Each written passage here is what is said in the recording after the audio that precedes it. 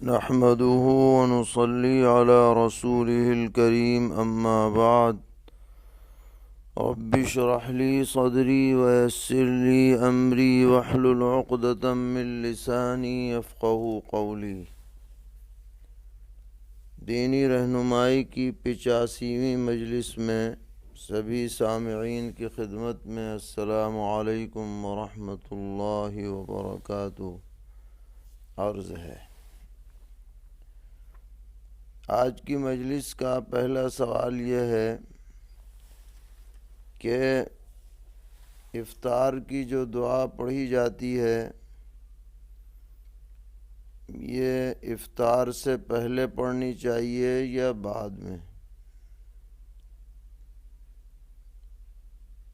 کئی لوگوں نے یہ سوال کیا ہے، تو جواباً عرض ہے کہ افطار کی 2 دعائیں مشہور ہیں۔ ایک تو دعا ہے اللہم انی لک صمت وبک آمنت وعلی رزقک افطرت۔ اس کا ترجمہ یہ ہے کہ اللہ میں آپ کے لیے روزہ رکھتا ہوں اور آپ پر ایمان لاتا ہوں اور آپ ہی کے رزق پر روزہ کھولتا ہوں۔ تو اس دعا کے بارے میں تو عام معمول یہ ہے کہ افطار سے پہلے یا افطار کرتے وقت یہ دعا پڑھی جاتی ہے اور بظاہر یہی اس کا صحیح وقت ہے۔ اور یہاں جو لگا سمتو یا افطرتو ماضی کا صیغہ بولا گیا ہے، اس سے حال مراد ہے کہ میں اس وقت آپ کے رزق پر افطار کر رہا ہوں۔ اور دوسری دعا جو مشہور ہے اور ثابت ہے، اس کے الفاظ ہیں کہ ذہب الظمأ وابتلت العروق وثبت الاجر انشاءاللہ۔ پیاس جاتی رہی، رگیں تر ہو گئیں اور اجر ثابت ہو گیا اگر اللہ نے چاہا۔ تو یہ دعا افطار کے بعد کرنی مناسب ہے، جیسا کہ اس کے الفاظ اس جانب اشارہ کرتے ہیں کہ جب پیٹ میں کھانا پانی پہنچ جائے تب یہ کلمات زبان پر آئیں تو معنی کے اعتبار سے مناسب ہیں۔ ویسے یہ کوئی بحث اور مباحثے کی بات نہیں ہے، آدمی پہلے کر لے بعد میں کر لے، عین افطار کے وقت کر لے، سب درست ہے، اس پہ کوئی خواہ کی بحث کھڑی نہیں کرنی چاہیے۔ ایک سوال کر رہے ہیں کہ سعودیہ میں ایک صاحب ملازم ہیں جو بیکری میں بھٹی پر کام کرتے ہیں۔ مسلسل گرمی میں رہنے کی وجہ سے وہ روزہ نہیں رکھ پاتے، تو ان کے بارے میں کیا حکم ہے؟ تو جواباً عرض ہے کہ یہ کوئی عذر نہیں ہے روزہ چھوڑنے کا۔ اپنی ڈیوٹی کے اوقات تبدیل کریں۔ یہ نہیں کہا جا سکتا کہ آپ چونکہ بھٹی پہ بیٹھے ہیں لہذا ہمیشہ آپ روزہ چھوڑتے ہی رہیں۔ ایسی ترتیب بنائیں کہ آپ کی مزدوری بھی باقی رہے اور روزہ رکھنے میں بھی دشواری نہ ہو۔ عام طور پر مطلقاً روزہ چھوڑنے کی اجازت نہیں دی جا سکتی۔ سوال کیا ہے کہ ناک میں دوا ڈالنے سے روزے کا کیا حکم ہے؟ تو جواباً عرض ہے کہ ناک میں دوا ڈالنے سے روزہ ٹوٹ جاتا ہے، کیونکہ ناک کا جو راستہ ہے وہ اندر تک پہنچتا ہے، چاہے دماغ تک جائے یا معدے تک جائے۔ اس لیے اگر ناک میں دوا ڈالی اور وہ اندر تک پہنچ گئی تو روزہ ٹوٹ جائے گا۔ پوچھتے ہیں ناک کے نرم حصے میں پھنسی نکلی ہوئی ہے، اس میں کوئی دوا لگا سکتے ہیں؟ جی ہاں، اگر اس دوا کا اثر اندر نہیں جاتا ہے تو اس پھنسی میں دوا لگانے کی گنجائش ہے، اس سے روزہ نہیں ٹوٹے گا۔ پوچھتے ہیں ناک بند ہے، اس کو کھولنے کے لیے وکس لگا سکتے ہیں یا نہیں؟ تو باہر سے تو سونگھ سکتے ہیں لیکن اندر نہ لگائیں، اس لیے کہ اندر لگانے سے وکس کے ذرات دماغ تک یا اور اندر تک پہنچنے کا غالب امکان رہتا ہے، اس میں احتیاط کرنی چاہیے۔ پوچھتے ہیں کہ تراویح میں بھول کر 22 رکعت پڑھا دی، تو اب آخری 2 رکعت میں جو قرآن پاک پڑھا گیا ہے اس کا کیا حکم ہے؟ جواب یہ ہے کہ یہ جو 22 رکعتیں ہوئیں ان میں اخیر کی 2 رکعت نفل ہو گئیں، لہذا ان 2 رکعتوں میں جو قرآن پاک پڑھا گیا تو اگلے دن تراویح میں اسے دہرا لینا بہتر ہے، تاکہ تراویح میں قرآن مکمل ہو جائے اور ناقص نہ رہے، یہ زیادہ بہتر ہے۔ پوچھتے ہیں کہ امام صاحب تراویح میں تیسری رکعت کے لیے کھڑے ہو گئے، پھر مقتدی کے لقمہ دینے پر لوٹ آئے اور قعدہ کر لیا مگر سجدہ سہو نہیں کیا،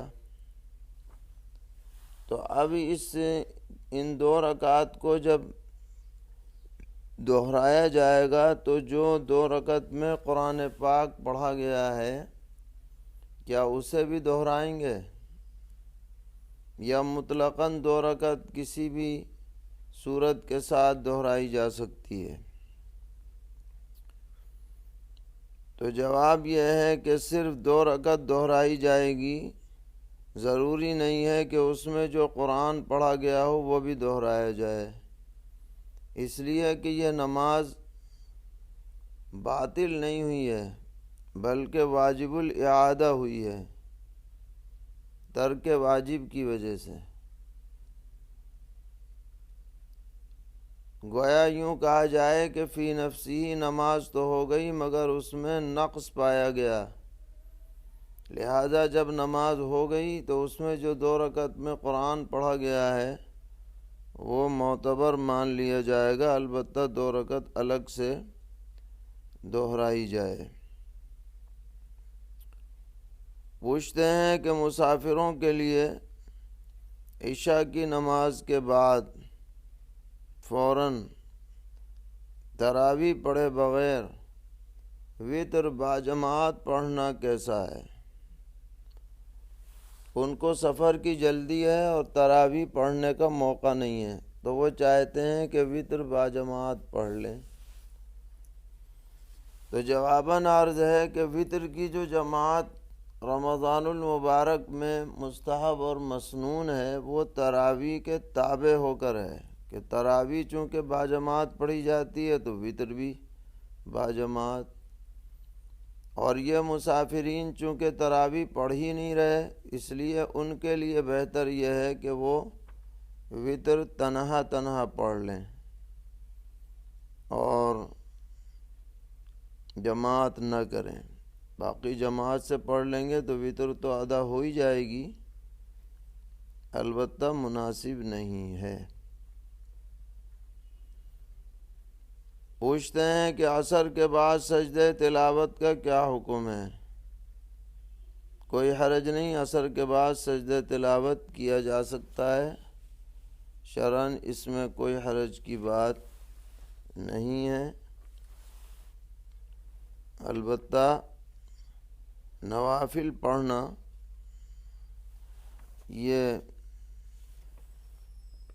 عصر کے بعد اور فجر کے بعد یا اس سے پہلے سنت فجر کے علاوہ پڑھنا مکروہ ہے۔ پوچھتے ہیں کہ امام صاحب نے نماز سے پہلے اپنا موبائل جیب سے نکال کر سامنے مصلی پر رکھ دیا، نماز کے دوران اس کی رنگ بجی اور اسکرین پر فون کرنے والے کا نام بھی ظاہر ہونے لگا، جس پر امام صاحب کی اتفاقاً نظر پڑ گئی اور وہ سمجھ گئے کہ کس کا فون آ رہا ہے، تو امام صاحب کی نماز فاسد ہوئی یا نہیں؟ تو جواب یہ ہے کہ اس طریقے پر کسی چیز پر اگر اچانک نظر پڑ جائے اور نظر پڑنے پر اسے سمجھ بھی لیا جائے تو اس سے نماز میں فساد نہیں آتا ہے۔ اس لیے مسئولہ صورت میں امام صاحب کی نماز درست ہے، اور جب امام کی درست ہے تو مقتدیوں کی بدرجہ اولیٰ درست ہے۔ پوچھتے ہیں کہ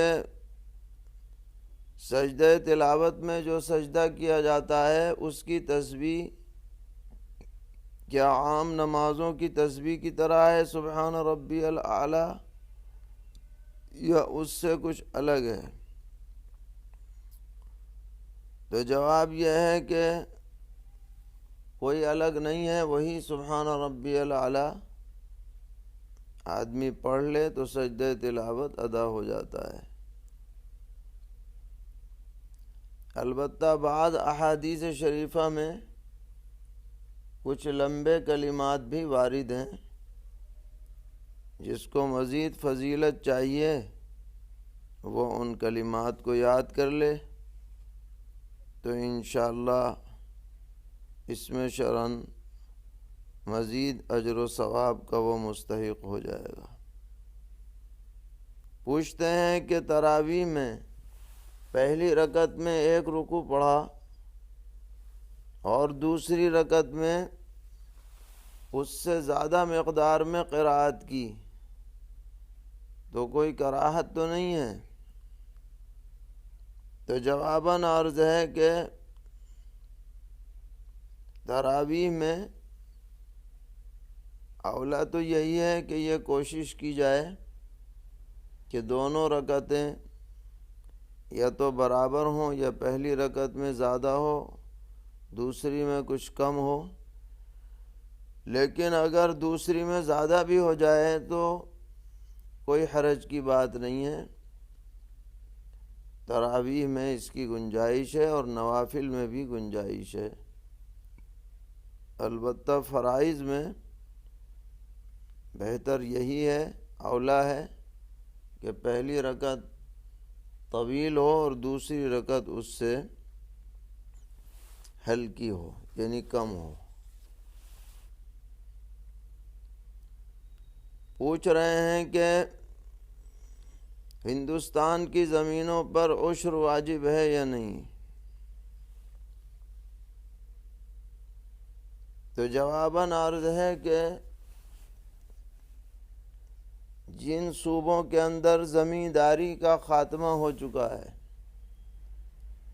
اور وہاں سیلنگ کا قانون جاری ہے، جیسا کہ ہندوستان کے اکثر صوبوں کا یہی حال ہے، تو وہاں کی پیداوار پر عشر یا خراج کچھ واجب نہیں۔ البتہ جو آمدنی ہوگی فروخت کرنے کے بعد تو زکوٰۃ کا حساب حسب ضابطہ لگے گا۔ لیکن جن صوبوں میں زمینداری کا خاتمہ نہیں ہوا اور پرانے زمانے سے مسلمان کی ملکیت میں زمین چلی آ رہی ہے 100-150 سال سے، بیچ میں کوئی غیر مسلم اس زمین کا مالک نہیں رہا، تو وہ زمین عشری کہلاتی ہے۔ اگر وہ بارش کے پانی سے یا دریا کے پانی سے مفت میں اس کی سینچائی ہوتی ہے تو اس میں پیداوار کا 10واں حصہ دینا لازم ہوتا ہے، اور اگر رہٹ سے یا قیمت سے پانی پہنچایا جاتا ہے تو 20واں حصہ لازم ہوتا ہے، اور یہ دونوں زمینیں طرح کی زمینیں عشری کہلاتی ہیں۔ پھر بھی اگر کسی آدمی کے پاس ایسی زمین ہے جو نسلاً بعد نسلٍ مسلمان ہی کی ملکیت میں رہی ہے، وہ اگر عشر نکالے یا حسب ضابطہ نصف عشر نکالے تو یہ اچھی بات ہے۔ پوچھتے ہیں کہ اگر عشری زمین کرائے پر اٹھا رکھی ہے تو اس کا عشر کاشتکار ادا کرے گا یا مالک؟ تو فتویٰ اس پر ہے کہ کاشتکار ادا کرے گا۔ پوچھتے ہیں کہ کھیتی پر جو خرچ آتا ہے وہ عشر میں کاٹا جائے گا یا نہیں؟ نہیں کاٹا جائے گا، بلکہ کل پیداوار پر عشر ہے، جتنی بھی پیداوار ہوئی ہے اس پورے کا حساب لگایا جائے گا۔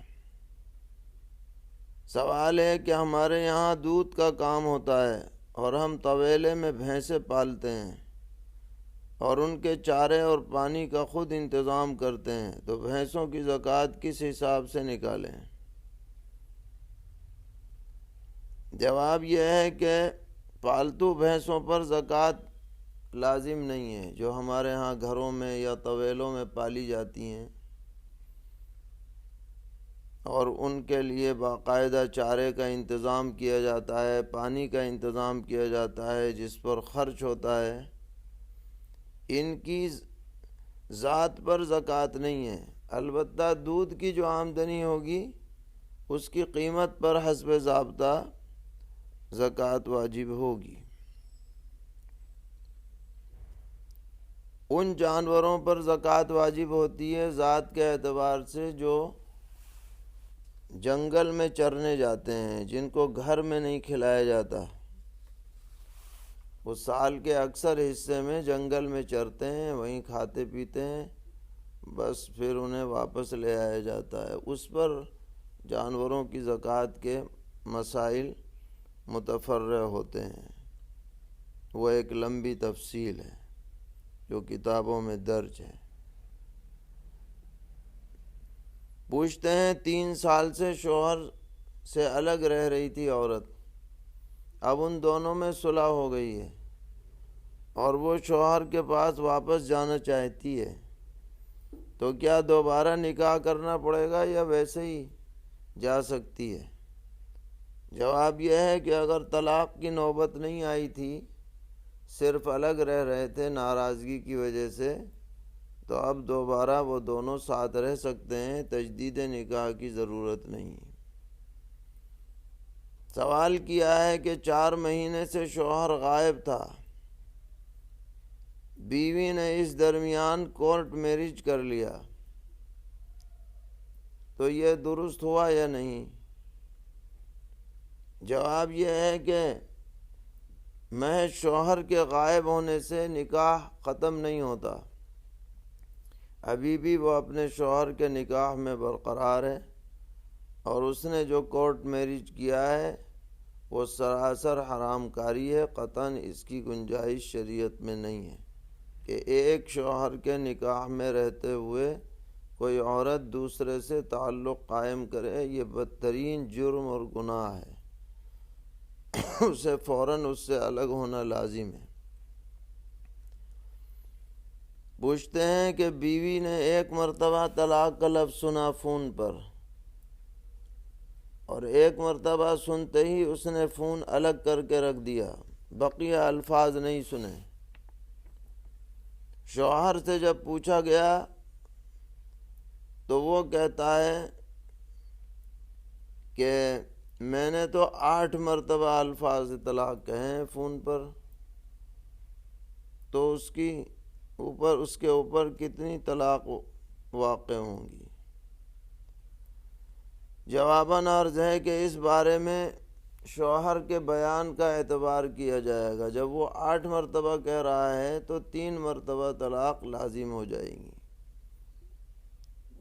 جاننا چاہیے کہ طلاق میں بیوی کے سننے نہ سننے کا اعتبار نہیں ہے، شوہر کے بیان کا دراصل اعتبار ہوتا ہے۔ اس لیے جب وہ کہہ رہا ہے کہ میں نے کئی مرتبہ طلاق دی ہے تو اس کی بات مانی جائے گی۔ قسطوں پر جو چیز خریدی جاتی ہے تو باقی ماندہ قسطوں پر زکوٰۃ واجب ہوگی یا نہیں، یعنی انہیں شامل کیا جائے گا یا نہیں؟ تو جواباً عرض ہے کہ اس بارے میں محتاط قول یہ ہے کہ 1 سال میں قسطوں کی جتنی رقم ادا کی جاتی ہے وہ آدمی حساب لگاتے وقت اپنی کل مالیت سے منہا کر لے، اس کے بعد جو مال بچے اس کی زکوٰۃ ادا کرے۔ یہ محتاط رائے ہے، اور اس پر کئی ممتاز علماء کا فتویٰ بھی ہے، اور غربا کا بھی اس میں پہلو نفع کا پایا جاتا ہے، اس لیے یہی رائے مناسب معلوم ہوتی ہے۔ کئی لوگوں نے یہ سوال پوچھا ہے اور آج کل کثرت سے اس کی صورت پیش آ رہی ہے۔ یہ کورونا کی وجہ سے جو اموات ہو رہی ہیں تو اسپتال سے بالکل پیک کر کے دیا جاتا ہے، پہلے بھی یہ مسئلہ آ چکا ہے، تو ان کے غسل اور نماز جنازہ کی کیا شکل ہے؟ تو جواب یہ ہے، پہلے بھی بتایا گیا کہ اولاً پوری کوشش کی جائے کہ غسل کی اجازت ملے یا کم سے کم تیمم کی اجازت ملے۔ اگر کوشش کے باوجود اجازت نہیں مل سکی تو ویسے ہی کفنا کر اوپر سے بغیر غسل کے نماز جنازہ پڑھ لی جائے اور احتیاط کے ساتھ دفنا دیا جائے۔ مجبوری میں اس کی اجازت دی جائے گی۔ اللہ تبارک و تعالی ہم سب کو دین پر استقامت عطا فرمائیں اور ہر طرح کے شرور اور فتن سے محفوظ رکھیں۔ وصلی اللہ تعالی علی خیر خلقہ محمد وآلہ وصحبہ اجمعین برحمتک یا ارحم الراحمین۔